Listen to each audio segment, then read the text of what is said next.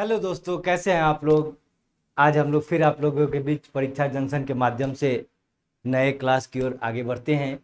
जैसा कि पिछले क्लास में हम लोगों ने भूगोल में बहुत सारे सिद्धांतों को फिजिकल ज्योग्राफी में अध्ययन कर लिया। जैसे महाद्वीपीय विस्थापन सिद्धांत हमने अध्ययन किया, उसके बाद प्लेट टेक्टोनिक सिद्धांत, फिर प्लेट टेक्टोनिक सिद्धांत को ही आगे बढ़ाते हुए हमने पिछले क्लास में वोल्केनो के ऊपर डिटेल अध्ययन किया। आपको लिंक वीडियो के डिस्क्रिप्शन में मिल जाएंगे। अगर आप वो वीडियो नहीं देखे हैं तो आप ध्यान से जाकर के देखिए।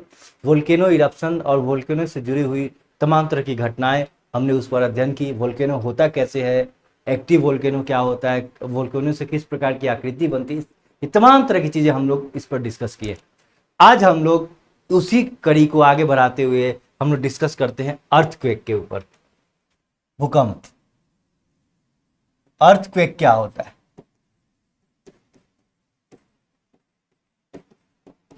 अर्थक्वेक्स सबसे पहले हम बताते हैं। क्वेक मतलब होता है कंपन। अर्थ के जो भूपर पट्टी यानी जो अर्थ का जो क्रस्ट एरिया होता है, जो लैंड सरफेस एरिया होता है, वहां पर जो कंपन होती है उसे हम लोग भूकंप कहते हैं। अगर इसका हिंदी वर्ड में देखें, हिंदी वर्ड में भूकंप, भूकंप मतलब भूमि का कंपन, भूमि का कंपन। अर्थ में जितनी भी तरह की हलचल होती है वो सारी चीजें हम लोग भूकंप पे अध्ययन करते हैं। जैसा कि हम बताएं कि जो सतह होता है, जो लैंड एरिया होता है, उस पर जो हलचल होती है वो लैंड एरिया में हलचल को हम लोग भूकंप कहते हैं। और वही हलचल अगर समुद्र में हो रही है तो उसे हम सुनामी का नाम देते हैं। लेकिन दोनों सेम है, कुछ अंतर हैं दोनों में। हम लोग वो भी अध्ययन करेंगे क्या अंतर है, किस तरीके की तरंगे वेव्स जनरेट होती हैं पृथ्वी के अंदर, और कौन कौन से प्रक्रियाएं हैं जिसके आधार पर भूकंप तय होती है।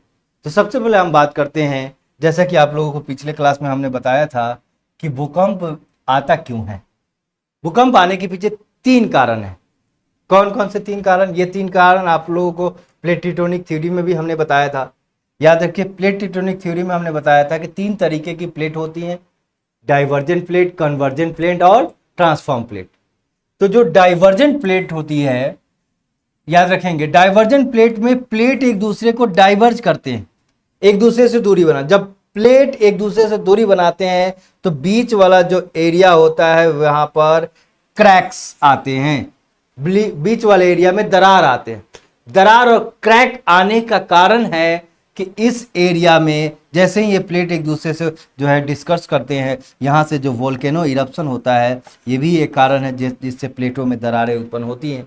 जब प्लेटों में दरारें उत्पन्न होती हैं, जब प्लेट क्रैक करते हैं तो यहाँ पर कंपन होता है। इस एरिया में हमें कंपन देखने को मिलता है, इस एरिया में कंपन होते हैं। और ये एरिया जहाँ पर कंपन होती हैं तो हमें अर्थक्वेक के झटके लगते हैं, जहां भी प्लेट एक दूसरे को डाइवर्ज करे। दूसरा है, प्लेट जब एक दूसरे को कन्वर्ज कर रही हैं, प्लेट जब एक दूसरे को कन्वर्ज, एक प्लेट जो है नीचे की तरफ सबडक्ट हो रही है, दूसरा प्लेट अपलिफ्ट हो रहा है। जैसे भारत इंडियन प्लेट और यूरेशियन प्लेट की बात करें तो यूरेशियन प्लेट के जो है इंडिया प्लेट उसको नीचे जा रही है, सबडक्ट कर रही है, और यूरेशियन प्लेट ऊपर की तरफ। इंडियन प्लेट क्योंकि ओशियनिक प्लेट है तो थोड़ा सा नीचे की तरफ दब रहा है, और जो यूरेशियन प्लेट ऊपर की तरफ जा रही है। तो ठीक उसी तरीके की चीज, जब ये एक दूसरे में सबडक्ट होते हैं तो इस एरिया में ज्यादा अमाउंट में अर्थक्वेक आते हैं, भूकंप आते हैं। ठीक है, तो ये अर्थक्वेक्स के ये जो पॉइंट्स आप लोगों को दिखाई दे रहे हैं, ये अर्थक्वेक्स के पॉइंट है, यहां भी देख रहे हैं आप लोग। फिर इधर आते हैं हम लोग, थर्ड जो है ट्रांसफॉर्म। ट्रांसफॉर्म में क्या होता है, जो मूवमेंट होता है, मूवमेंट के कारण भी इस एरिया में सबसे ज्यादा क्रैक होते हैं। क्रैक, जैसे अगर हम एक कागज के पन्ने को ले और मूव कराएं, मूव करने से क्या होता है, क्रैक होता है। जैसे अगर हम एक एग्जांपल लें, जैसे मान लीजिए कि यह एक कागज का पन्ना है और अगर हम इसे अगर ये मूव करते हैं, ये चीजें अगर ये ऐसे इसमें जा रही है तो ये देख रहे हैं, ये मूवमेंट आती है। ये तो बीच वाला जो एरिया होता है, यानी यह जो एरिया होता है, यहां पर क्रैक आते हैं। इस एरिया पे क्रैक आने की वजह से यहां पर भूकंप के झटके आते हैं। अगर आप लोगों को हम एक एडवाइस करेंगे, 2015 में एक मूवी आया था सैन एंड्रियास, जो कैलिफोर्निया का तट है वहीं पर है सैन एंड्रियास। वहां आप जाकर के देखेंगे, वहां वहां सालों ऐसा होता है कि गवर्नमेंट रोड बनाती है, रोड तो बनाती गवर्नमेंट सीधा एकदम बिल्कुल ऐसे, और रोड वो हो जाता है ऐसे, ये घसक जाते हैं। जब रोड बनता है तब वो घसक जाता है, कारण यही है कि प्लेट वहां पर ट्रांसफॉर्म हो रहे होते हैं, एक दूसरे को क्रैक कर रहे होते हैं। सबसे ज्यादा यहाँ पर भूकंप के झटके लगते हैं। यहाँ वोल्केनिक इरप्शन नहीं होता, एक बात याद रखिए, इन दो प्लेटों में वोल्केनिक इरप्शन होते हैं। यहाँ वोल्केनिक इरप्शन, क्योंकि प्लेट ये सबडक्ट कर रहा है, ये मेल्ट होगा, मेल्ट होगा तो इधर से वोल्केनिक इरप्शन होंगे, ये वोल्केनिक इरप्शन आपका होगा। जहां प्लेट, जहां पर प्लेट कम हो की जो डेंसिटी कम होगी, जहां प्लेटों की जो स्ट्रांगनेस होगी वो कम होगी, यानी वीक प्लेट होगा, जहां पर वीक रॉक होंगे, चट्टान कमजोर होंगे, वहां पर फटाक से जो है वहां से वोल्केनिक इरप्शन होगा। इन दो प्लेट में वोल्केनिक इरप्शन होते हैं, याद रखिएगा ये चीज, ये यही ऑब्जेक्टिव में पूछता है question. Which of the following boundary, which of the following forces effect cause effect earthquake but not volcano, किसके कारण अर्थक्वेक तो होता है लेकिन भूकंप नहीं होता है, ये चीज याद रखिए। टोपोग्राफी पर, टोपोग्राफी पर इसमें क्या बनता है, यहां पर बनता है ट्रेंच, ये खाई बनेगा, याद रखिए। जब भी ये दोनों प्लेट सबडक्ट करेंगे, याद रखेंगे, ये स्टेनोस्फेयर में जाने के बाद ये पिघल जाएगा और यहां पर ट्रेंच का निर्माण होगा, याद रखेंगे। और साइड में तो ये सब माउंटेन्स बनेंगे ही बनेंगे। और इधर जो है रिफ्ट वैली बनता है। रिफ्ट वैली कैसे, वी शेप, यहां बीच में जो है ये चीजें। और ये अगर वोल्केनिक इरप्शन हो रहा है, अगर इधर माउंटेन बना तो भी साइड वाले एरिया क्या होंगे, रिफ्ट वैली के रूप में। ये यहाँ रिफ्ट वैली बनता है। ये कंस्ट्रक्टिव होता है, कंस्ट्रक्टिव मतलब इसमें निर्माण होता है, नए नए लैंडफॉर्म्स, जैसे ये वोल्केनो बाहर आएगा तो नई नई चीजों का निर्माण होता है। और इधर जो होता है ये डिस्ट्रक्टिव होता है, डिस्ट्रक्टिव मतलब ये तोड़ता है, याद रखिए। और इसमें सबडक्शन की प्रक्रिया होती है, इसमें स्प्रेडिंग होता है, फैलाव होता है, इसमें सबडक्ट करते हैं। और यह जो होता है लेटरल स्लाइडिंग होता है इसमें। ये तमाम तक चीजें आपको याद रखेंगे वोल्केनो में। तो वोल्केनो, अब वोल्केनो के टाइप्स पर आते हैं। वोल्केनो कौन कौन से वोल्केनो होते हैं, देखिए। सबसे पहला टिटोनिक वोल्केनो, हमने अभी अध्ययन किया। टेक्टोनिक वोल्केनो क्या है, कैसे प्लेट एक दूसरे को सबडक्ट, डाइवर्ज और ट्रांसफॉर्म कर रहे हैं। उसके बाद आता है वोल्केनिक। वोल्केनिक अर्थक्वेक भी होता है। वोल्केनिक अर्थक्वेक कैसे होता है, जब कभी वोल्केनो इरप्शन होता है, यहां देखेंगे, जब कभी वोल्केनो का इरप्शन होता है उसी समय वहां की जो अर्थ सरफेस होती है वो कांपने लगती है, कंपन करने लगती है, जिस वजह से उस एरिया में जो है भूकंप के झटके लगते हैं। मान लीजिए कि कोई जोन है, मान लीजिए कि यह हमारा अर्थ सरफेस है और ये एरिया है, मान लीजिए ये वाला, ये पूरा का पूरा पार्ट है। और यहाँ से मान लीजिए कि भूकंप, यहाँ से वोल्केनो इरप्ट हो रहा है। तो यहाँ से जब वोल्केनो इरप्ट होता है तो ये पूरा का पूरा एरिया जो है, ये पूरा का पूरा एरिया कंपन करता है। कंपन करने की वजह से वोल्केनिक इरप्शन होता, याद रखो, वोल्केनिक से। और तीसरा ये एक्सप्लोजन। एक्सप्लोजन वोल्केनिक ही है। वोल्केनो जो फटता है तो इससे एक्सप्लोजन होता है बहुत ज़्यादा मात्रा में। कहीं अचानक बहुत तेज़ी से वोल्केनिक इरप्शन हो गया, फट गया, एक्सप्लोजन हो गया, या कहीं पर मान लीजिए बम विस्फोट हो गया। जैसे आज के डेट में अगर न्यूक्लियर वेपन की बात करें तो न्यूक्लियर वेपन पर्याप्त है भूकंप के झटके लाने के लिए।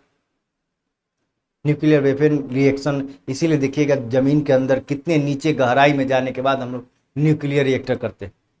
क्यों, क्योंकि न्यूक्लियर, अभी कुछ ही दिन के तो बात है कि ये नॉर्थ कोरिया जो है भूकंप ये करते रहते हैं न्यूक्लियर रिएक्टर, जिसकी वजह से समुद्र में सुनामी आता है और आसपास के एरिया में भी भूकंप के झटके आते हैं। तो ये एक्सप्लोजन की वजह से भी भूकंप के झटके आते हैं। ये मानव द्वारा निर्मित है और इससे क्या होता है, कोलैप्स होता है, डैमेज होता है। प्रकृति की चीज़ें जितनी भी हैं, हम लोगों ने जो चीज़ें बनाई है, कंस्ट्रक्ट की हैं, वो तमाम तरह की चीज़ें ध्वस्त हो जाती है, गिर जाती हैं। वो अब देखिए अब वोल्केनिक जो सिस्मिक वेव्स होते हैं, वोल्केनो में जो वेव्स होते हैं वो 3 प्रकार के वेव्स होते हैं, याद रखिए। There are 3 types of waves. कौन कौन से होते हैं, प्राइमरी वेव, जिसको पी वेव बोलते हैं। प्राइमरी वेव क्या होता है कि यह primary wave ups and down ऐसे मूव करता है, याद रखिएगा। प्राइमरी वेव्स जो है वो इस तरीके से मूव करता है,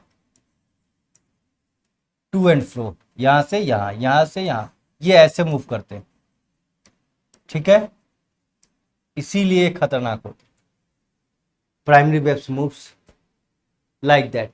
और ये भूकंप ये इस तरीके के वेव हैं जो कि तीनों यानी कि सॉलिड, लिक्विड और गैस, तीनों मीडियम में इनके वेव्स ट्रैवल करते हैं, सॉलिड, लिक्विड, गैस में। अब बात करें, ये खतरनाक भी होते हैं ये तीनों वेव्स, ये आप लोग देख सकते हैं इसके कैसे, ये मूवमेंट जो दिखा रहा है ये कैसे दिखा रहा है, ये चीजें।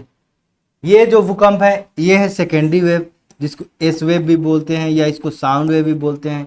याद रखिएगा, साउंड वेव की तरह, साउंड जैसे जो है टू एंड फ्रो मोशन होता है, ऊपर नीचे, अप्स डाउन, ये चीजें होती रहती हैं, इसको बोलते हैं sound waves, secondary waves. Secondary waves केवल और केवल सॉलिड मीडियम में जो है वह मूव करता है, ये लिक्विड में और गैस में मूव नहीं करता, ये याद रखें। यही वजह है कि सॉलिड वेव जो है वो अर्थ से, अब जैसे मान लीजिए कि एक एग्जांपल हम आपको बताएं कि जैसे मान लीजिए ये अर्थ है, अर्थ का ये वाला पार्ट अंदर वाला पार्ट है और ये सबसे नीचे वाला पार्ट, ये अर्थ का मान लीजिए ये वाला पार्ट स्टेनोस्फीयर है, स्टेनोस्फीयर, अर्थ का ये वाला पार्ट स्टेनोस्फीयर है, ये वाला पार्ट जो है ये कोर वाला, ये मेंटल एरिया, मेंटल एरिया के अंदर वाला ये जो एरिया होता है, ये वाला जो एरिया, ये हमारा जो है निकेल और आयरन से बनता है, नीफे, और ये भी लिक्विड के फॉर्म में होता है, याद रखिएगा। और ये लिक्विड के फॉर्म में होता है, यही वजह है कि यहाँ अगर कोई भी वेव जनरेट होता है, खास करके सेकेंडरी वेव, और यहाँ से ये ट्रैवल करते हैं, अगर यहाँ से जो गुजरा तो ये पार नहीं कर पाते, याद रखिए, क्योंकि ये सॉलिड, इसीलिए इनका अध्ययन किया गया कि यहाँ से जब सेकेंडरी वेव चलते हैं, याद रखिएगा, सेकेंडरी वेव जब यहाँ से चलते हैं, यहाँ से सेकेंडरी वेव यहाँ मूव करते हैं, तो मूव करने के बाद ये इस साइड नहीं आ पाते, इसीलिए ये सॉलिड में ही मूव करते हैं। और थर्ड जो है सरफेस वेव जिसको बोलते हैं, जिसको सरफेस वेव तो नॉर्मली जो वेव सरफेस सतह पर आ जाते हैं, सतह पर आने के बाद इसमें मूवमेंट होता है, हलचल होता है, सतह पर इनके वजह से भूकंप के जोन आते हैं, झटके लगते हैं, तो सरफेस वेव है। एक सरफेस वेव जो सतह पर आने वाली वेव्स हैं उनको बारे में अध्ययन किया था एक वैज्ञानिक का नाम था एच.डी. लव, इसीलिए इनको एच.डी. वेव भी कहा जाता है। मेनली याद रखिएगा दो ही तरह के वेव्स होते हैं, प्राइमरी वेव है, सेकेंडरी वेव। प्राइमरी वेव तीनों माध्यम में फ्लो करता है, सेकेंडरी वेव केवल और केवल सॉलिड में फ्लो करता है। प्राइमरी वेव जो कि कैसे मूव करता है, डायरेक्शन इसका हॉरिजेंटल होता है, इसका डायरेक्शन वर्टिकली होता है, ये याद रखना है। ये साउंड वेव की तरह रिएक्ट करता है, ये यानी ये ट्रांसवर्स और ट्रांसमिट वेव, ये याद रखना है आपको, ये आपको याद। अब हम देखते हैं कि भूकंप के कौन कौन से, एक बार और पिक्चर अगर आप देख ले प्राइमरी वेव के, ये देखिए, ये प्राइमरी वेव, ये सेकेंडरी वेव,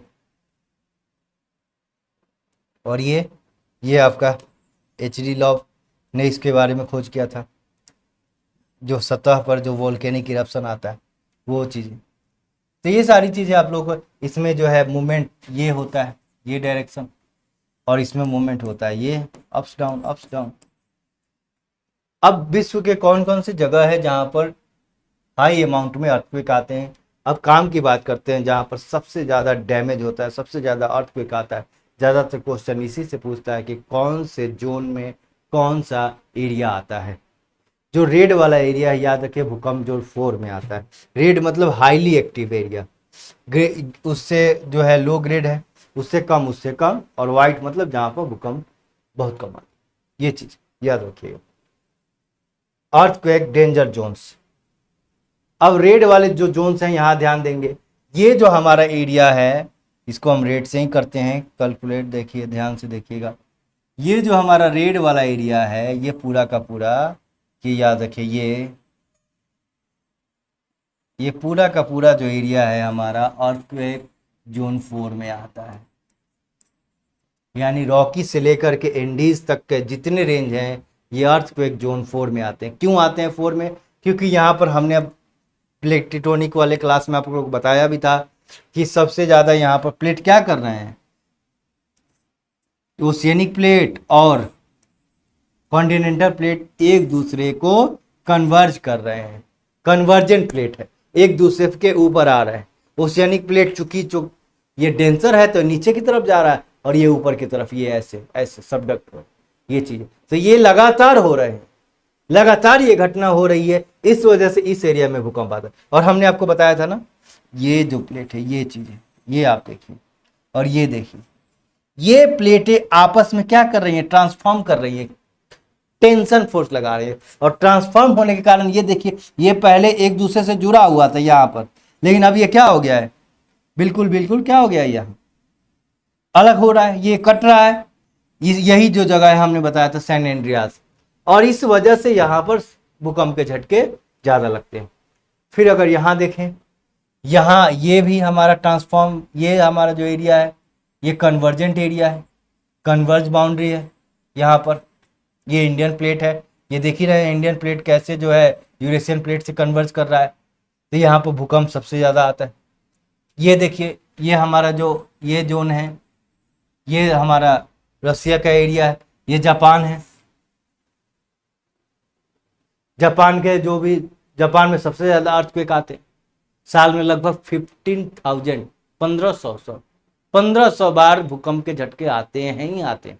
क्या कारण है? क्योंकि यहाँ पर ओशियनिक प्लेट जो है, याद रखिएगा, यहाँ पर कौन से प्लेट जो है, ओशियनिक प्लेट एक दूसरे के ऊपर क्या कर रहे हैं, कन्वर्ज कर रहे हैं, ओशियनिक प्लेट। इस वजह से यहाँ पर सबसे ज्यादा भूकंप है। तो ये एरिया भूकंप जो 4 में आता है, ये भी एरिया आ जाता है। यहाँ भी सब, यहाँ भी जो है कन्वर्जेंट होता है।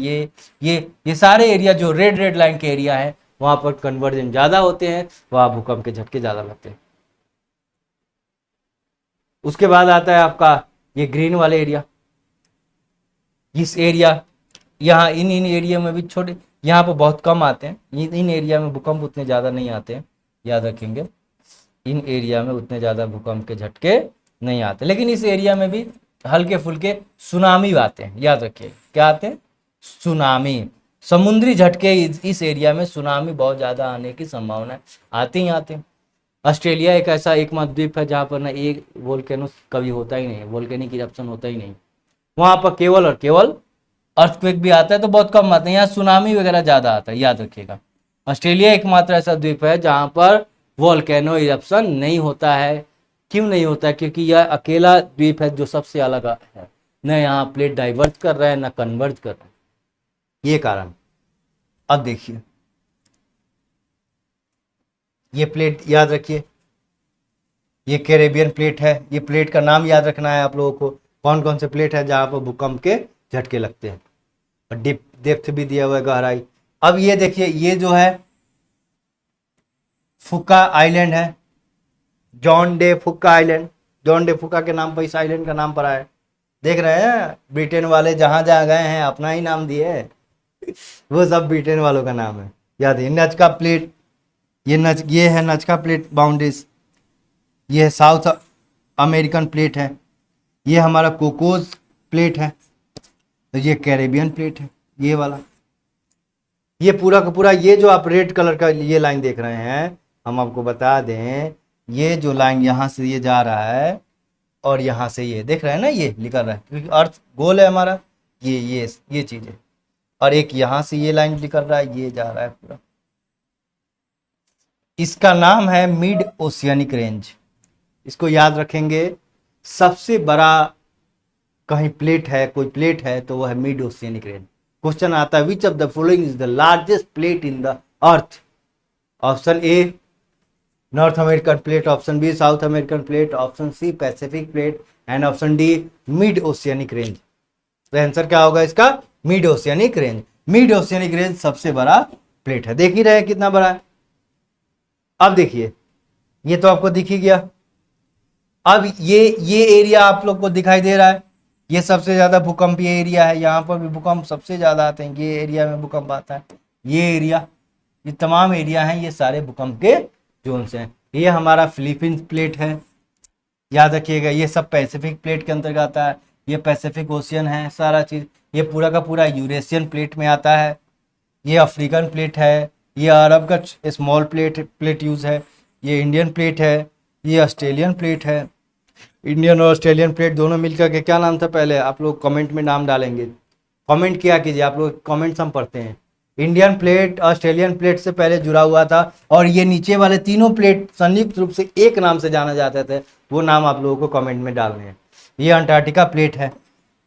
ये तमाम तरह के प्लेट्स हैं जहाँ पर अंटार्कटिका प्लेट पर तो भूकंप आता नहीं, याद रखिएगा, ये बहुत ठंडा जो एरिया है और यहाँ पर भूकंप वगैरह के झटके नहीं आते। ये जो जहाँ जहाँ वोल्केनिक इरप्शन होते हैं वहाँ वोल्केनिक इरप्शन की वजह से भी जो है अर्थक्वेक आते हैं।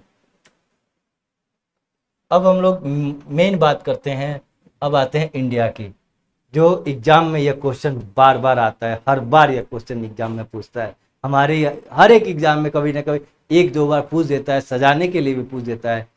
क्या पूछता है कि भारत का कौन सा राज्य कौन से भूकंप जोन में आता है।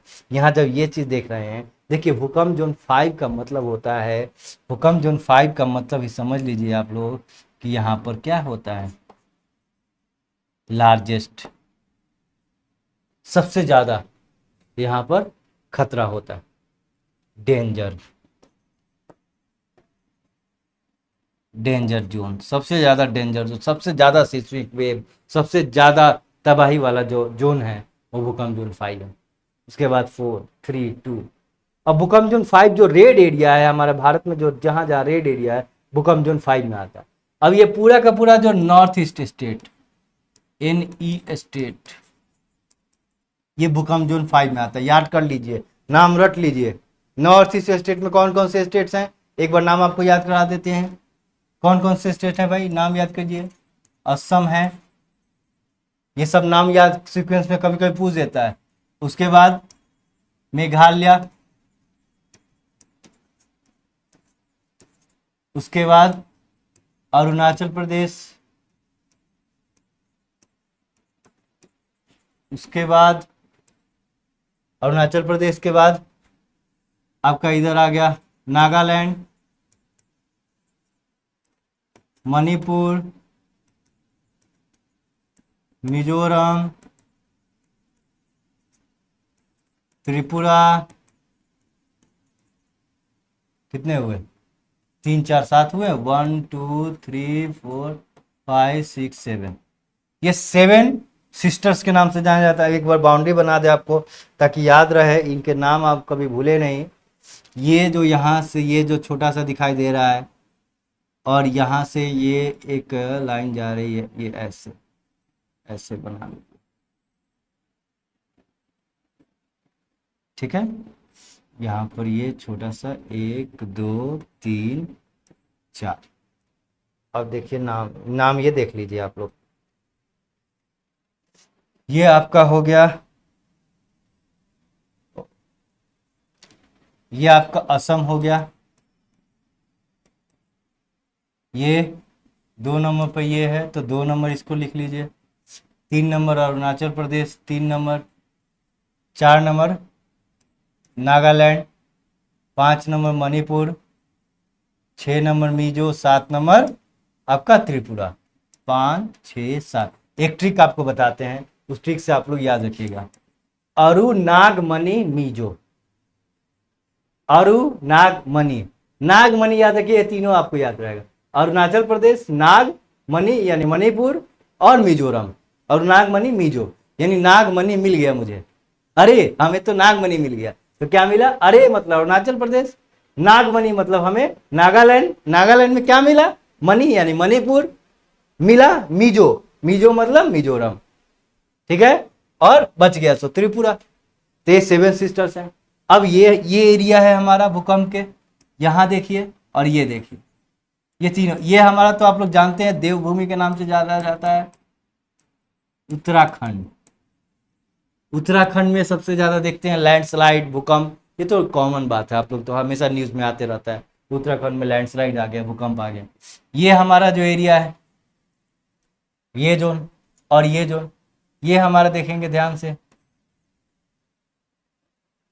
ये जो एरिया है ये हमारा यहाँ से सट कर, थोड़ा सा एरिया ये सट रहा है ये हिमाचल का एरिया थोड़ा सा, और ये पंजाब। तो हिमाचल प्लस पंजाब थोड़ा सा सटा हुआ है दोनों के, ठीक है। ये तो हम जानते ही हैं, ये हमारा श्रीनगर वाला एरिया है। याद रखिएगा जब डिस्ट्रीब्यूशन हुआ तो ये जम्मू कश्मीर हो गया है और ये लद्दाख हो गया है। तो जम्मू एंड कश्मीर का एरिया है श्रीनगर, यहाँ पर भी भूकंप के झटके आते रहते हैं। ये एरिया, ये बताइए आप लोग ये है भूटान, ठीक है, ये ऊपर वाला। और ये भूटान के नीचे क्या आता है हमारे, वेस्ट बंगाल और बिहार का एरिया आता है। तो ये याद रखेंगे, कौन कौन, बिहार और वेस्ट बंगाल, ये छोटा सा एरिया वेस्ट बंगाल का टच करता है, ठीक है। ये तो हो ही गया। ये गुजरात का जो कच्छ, ये कच्छ का बॉर्डर है, यहां पर भूकंप जोन 5 में आता है। ये तमाम एरिया जो हैं ये भूकंप जोन 5 में आते हैं। अब भूकंप जोन 4 की बात करें, भूकंप जोन 4 में कौन कौन से एरिया, ये एरिया हमारा महाराष्ट्र गोवा तट, गोवा, ये एरिया हमारा भूकंप जोन 4 में आता है। ये पूरा का पूरा दिल्ली, ये पूरा याद रखिए, पूरा का पूरा है ये लद्दाख, पूरा का पूरा ये हमारा जितना बेल्ट है, UP belt, UP plus Bihar, Sikkim, Sikkim को इसी में लगा लीजिए, सिक्किम बेल्ट।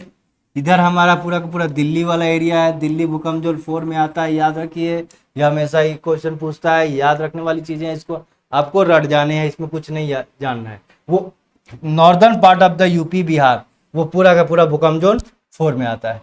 लद्दाख पूरा पूरा 4 में आता है। ये पूरा का पूरा एरिया जो है कि हिमाचल वाला एरिया जो है, हिमाचल और पंजाब, ये जम्मू कश्मीर, ये पूरा का पूरा एरिया हमारा भूकंप जोन 4 में आता है। अब बात करते हैं भूकंप जोन 3 की, 3 की बात करते हैं।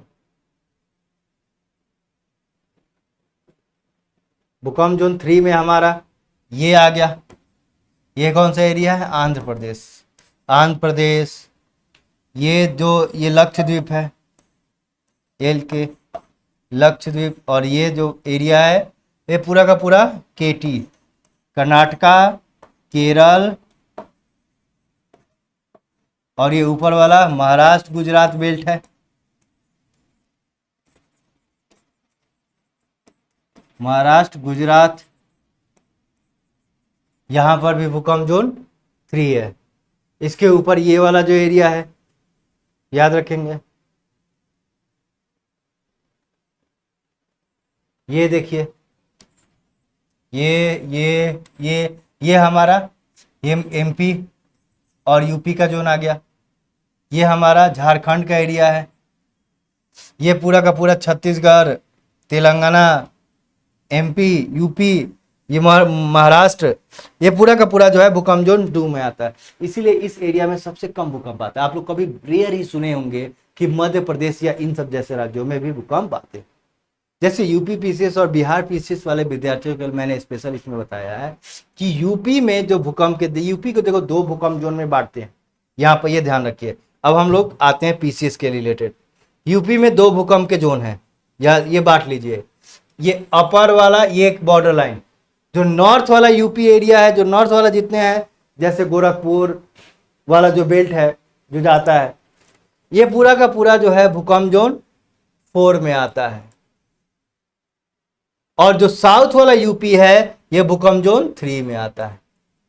यानी साउथ यूपी भूकंप जोन 3, नॉर्थ यूपी भूकंप जोन 4। ये पूछ देता है, जिला का नाम पूछ देगा। 75 जिले के नाम हम आप लोगों को एक मैप में बता देंगे, यूपी के 75 जिले कौन कौन से हैं, किस प्रकार उनको याद करना है। हम एक क्लास में आप लोगों को वो सारे जिले के बारे में बताएंगे, कौन कौन से जिले याद करने के ट्रिक्स क्या होते हैं, तमाम तरह की चीजें हम आप लोगों को इसमें डिस्कस करेंगे। फिर उसके बाद आता है आपका बिहार। बिहार के लिए भी याद रखिएगा, बिहार का जो अपर वाला जोन है, वो बिहार का जो अपर वाला स्टेट, जैसे पश्चिमी चंपारण, सुपौल, सीतामढ़ी, ये सब जो एरिया है ये भूकंप जोन 4 में आता है, ये 4। और इसके नीचे वाला जो बिहार है, जो गया, जो है गया वाला बेल्ट है, तुम्हारा आ जाओ नालंदा है, बेगूसराय है, इन सब एरिया में तुम्हारे ये भूकंप जोन 3 के जोन आते हैं। तो ये सब आप लोग को याद करना है, ये रट लेना है, मेन मेन चीजें याद करनी है, ये रट लीजिए, समझ लीजिए। ये क्वेश्चन एग्जाम में आ गया तो ये फुल टॉस है, ये आपको बनाने ही बनाने 100%, इसमें आप कोई भी ट्रिक्स नहीं लगा सकते, आपको याद कर जाने हैं, ये रट जाने हैं। रेड जोन को रट जाना है। नॉर्थ ईस्ट स्टेट भूकंप जोन 5 में आता है, इसको याद ही कर जाना है। उत्तराखंड भूकंप जोन 5 में आता है। ऑप्शन में भूकंप जोन 5 नहीं रहे तो याद रखिएगा 4 लिखेंगे। अगर मान लीजिए क्वेश्चन पूछ दे कि असम भूकंप जोन किस भूकंप जोन में आता है, ऑप्शन दे दे 1 2 3 4, 5 नहीं है ऑप्शन में, क्या करेंगे? सर ने तो 5 बताया था, 5 तो ऑप्शन में ही नहीं है, 5 नहीं है तो 4 डालेंगे, याद रखिए ये 4, ठीक है।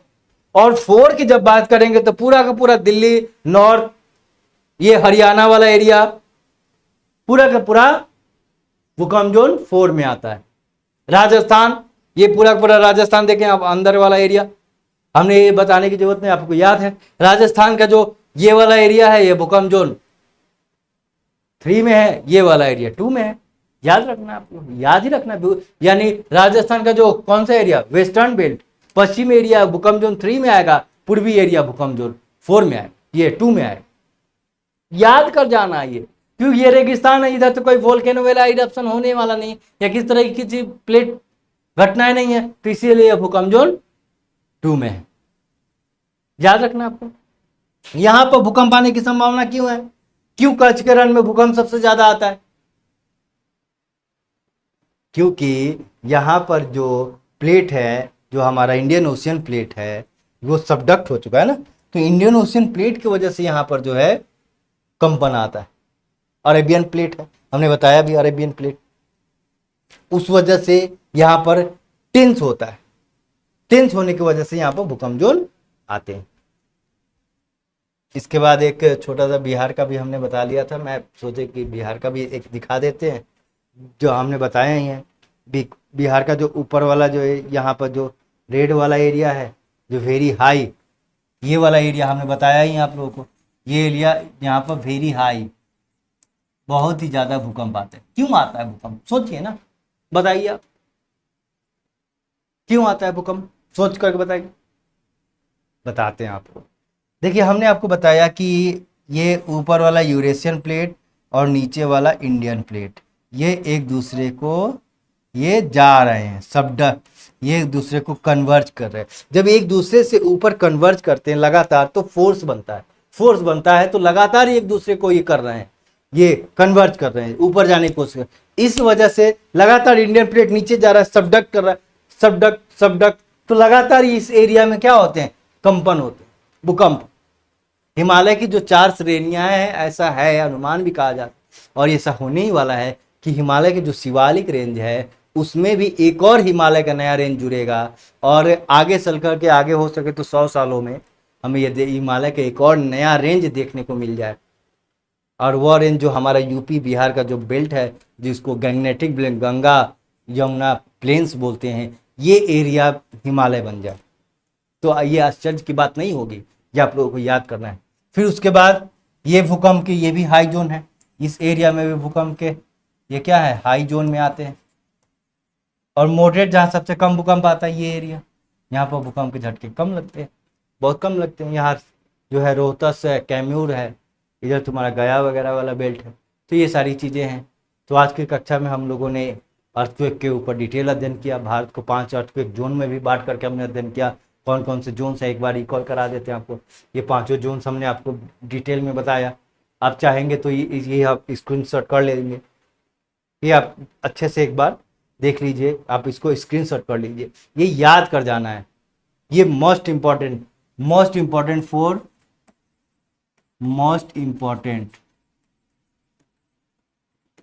किसके लिए, यूपीएससी के लिए भी याद रखिए, यूपीपीएससी, बीपीएससी और यूपीएससी के लिए भी यह इंपॉर्टेंट है। यूपीएससी में यह क्वेश्चन आ चुका है, याद रखिएगा।